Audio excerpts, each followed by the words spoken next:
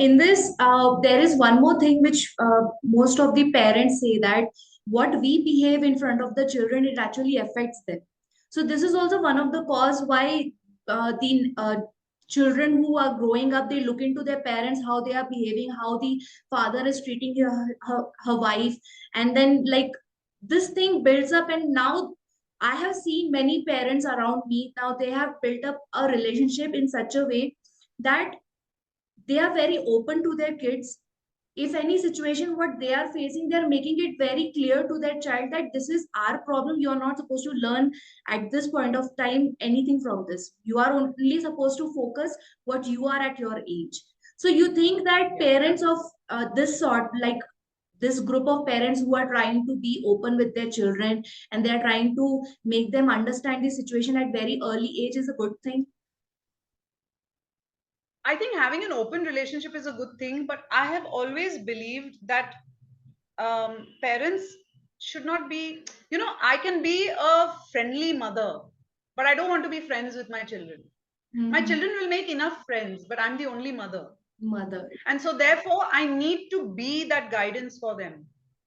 I don't want to be their friend, and I shouldn't be Mhm. their friend because my job in the universe as of today is to be their mother, not to be their friend. Right. But being their mother, I can be an open minded, mature mother who can guide them. I can be the kind of mother who, my children can come to and talk to about everything. And I think I've done that. So, Right. that's the mistake that parents make. They think that being friendly means going out to pubs and drinking with the children. No, no, no, that's not being friendly. That's crossing boundaries. Being Okay. friendly is to Mhm. be able to be that kind of person where anything happens to your child knows that they have a cushion to fall back on. Oh, my mom is there, my dad is there. And despite the fact, assuming that the parents have separated, this is the solidity and the stability that they need to ingrain in the children, that despite the fact that we have separated, we are still your cushions. We are still here for you. We are Mhm. still your parents. We will not stop being your parents.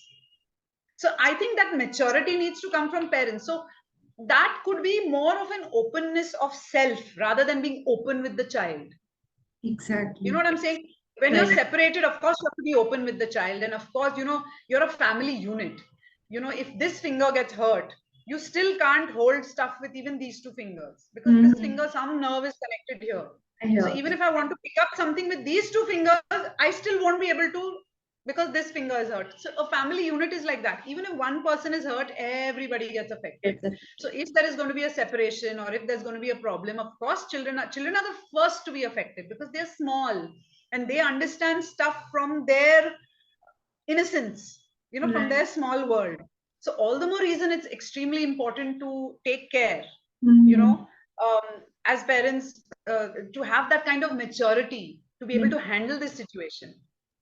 Right. But I still believe that parents can't be friends with their children. You can be friendly parents, but not friends. You see the difference? I don't know if I'm getting it right. As we discussed about how parents should take care of their children, and what are the way, what is actually being friendly and being friends, you told the difference about these two things. Now, as a human being, there are certain situations in our life which creates a big mental trauma in us, in our life, right? There is a big breakdown, then we feel like that we cannot go ahead of this situation, now my life has is done for now I can't do anything. But even after that, a person comes out of that situation. Do you think that this particular situation, when the person comes out of it, still keeps an impact for the future life, that he has that relationship or connection with that situation, which will always affect that person? Yeah, if it's not dealt with properly. So each time you evolve, you die a bit because a Oh, part of you dies and a new part evolves.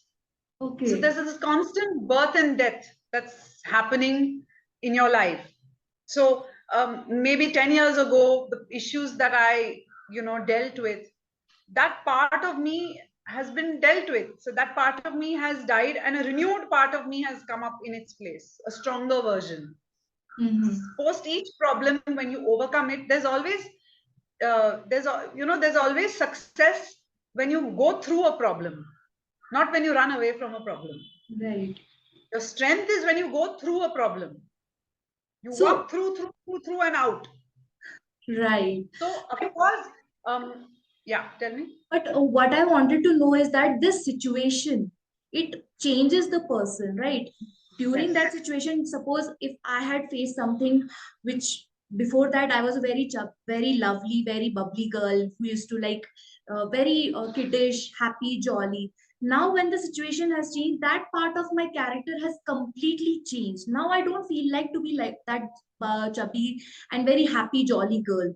So this particular situation has drastically changed my personality. So how should I, Yeah. should I still be keeping myself connected to that situation, or I should feel that now it has gone, I cannot deal with it, now let's move ahead. No, so that means if you've changed and you've become a sadder version of yourself, is what you're saying. Yes. Obviously, you're still holding the trauma. Right. You just gotten used to it, Okay. but you're still holding it. Yes, yes. So you are in charge of what you want to be. If you want to be happy, be it. If you want to be sad, be it. But sometimes when you have a situation, as you rightly said, you don't know how to handle it. Mm-hmm. You just feel stuck and you don't understand how to handle it. And it's always okay to ask for help in those times. It's always okay. I mean, in fact, I think it's very courageous to ask for help. So the first day when clients or when patients enter my house, the first thing I tell them that you are so brave, because the reason you go to a therapist is because you have acknowledged that I have a problem and I need to heal. Mm-hmm. It's like saying, I have a fever, let me go to the doctor. Oh my God, I have a fever. I need to see a doctor, because you've acknowledged that my body is warm and I have a fever. So you are able to heal yourself by going to a doctor. But if you say, no, ye to aise hi garam hai, that's why I'm here. No, no, no, I don't have fever. You're going to fall more sick. You see the So, difference? So you're very brave. The fact that you've acknowledged that you have a problem and gone to the doctor, that is the first step to recovery. And also be very patient with yourself when you have this. Don't be impatient to start, Arey, itna time kyun lag raha hai? Why is it taking so much time to heal? Don't do that.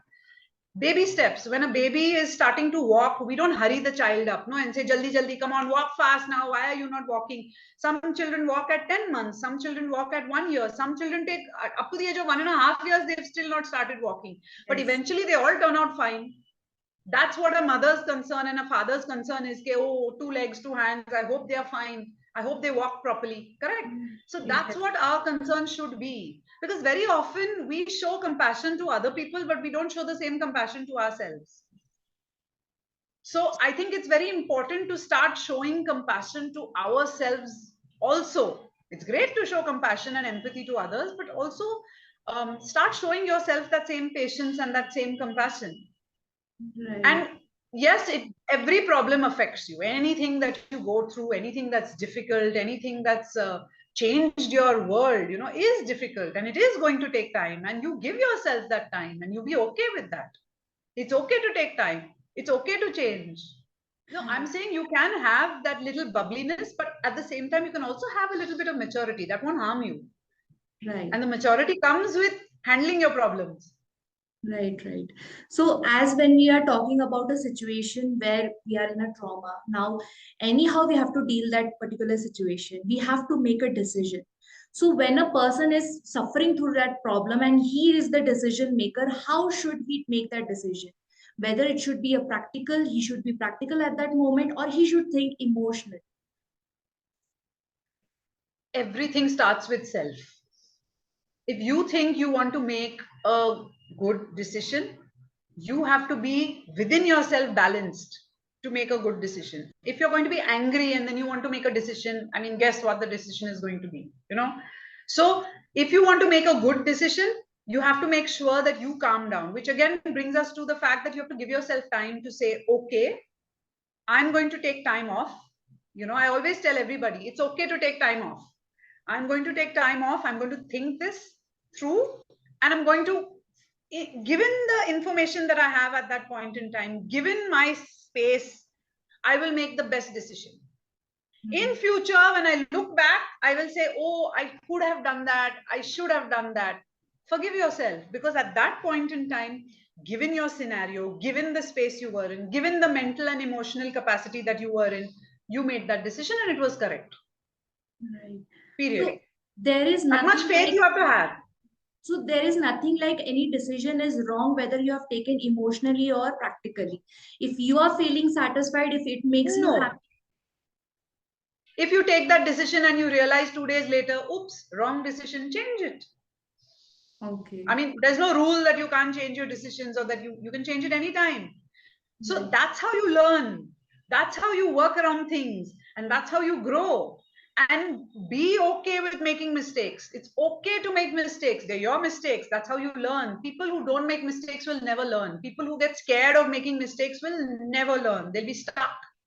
Make those mistakes and be proud of your mistakes. And at the same time, own up to, take accountability. When you make a mistake and then you say, oh, you point that finger there. No, own your mistakes. Yes, I goofed up, I screwed up. Okay, what next? That's how you learn.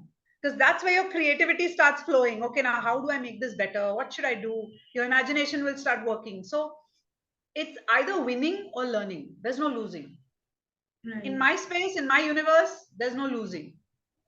So you every time grow up with all situation with you're making mistake or if it is your correct decision, you always grow. But you never cannot Yeah, say that you are pulling yourself down or any decision is making you come back from your progress. It is definitely somewhere or the other you are growing in your life. absolutely. And you're So winning at life. exactly. So when we were discussing about mistakes, now certain time people say that I have done this mistake, this decision of mine was wrong, and that leads to negativity.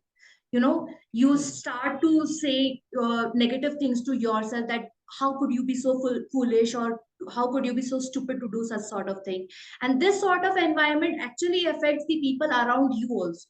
So Yeah. how should one deal with this negative impact? Like how should I come out of it? Is it very easy or it is a long practice, or you should believe in yourself for this that you can come out of a negativity? So, like I said earlier, mistakes will happen and mistakes should happen if you really need to grow. Mm-hmm. But at the same time, it's important to forgive yourself. So, when I make mistakes, I'm constantly saying in my head, I forgive myself for putting myself in this situation. I forgive myself. And when, what your relationship is with yourself sets the tone for how others will treat you. Exactly.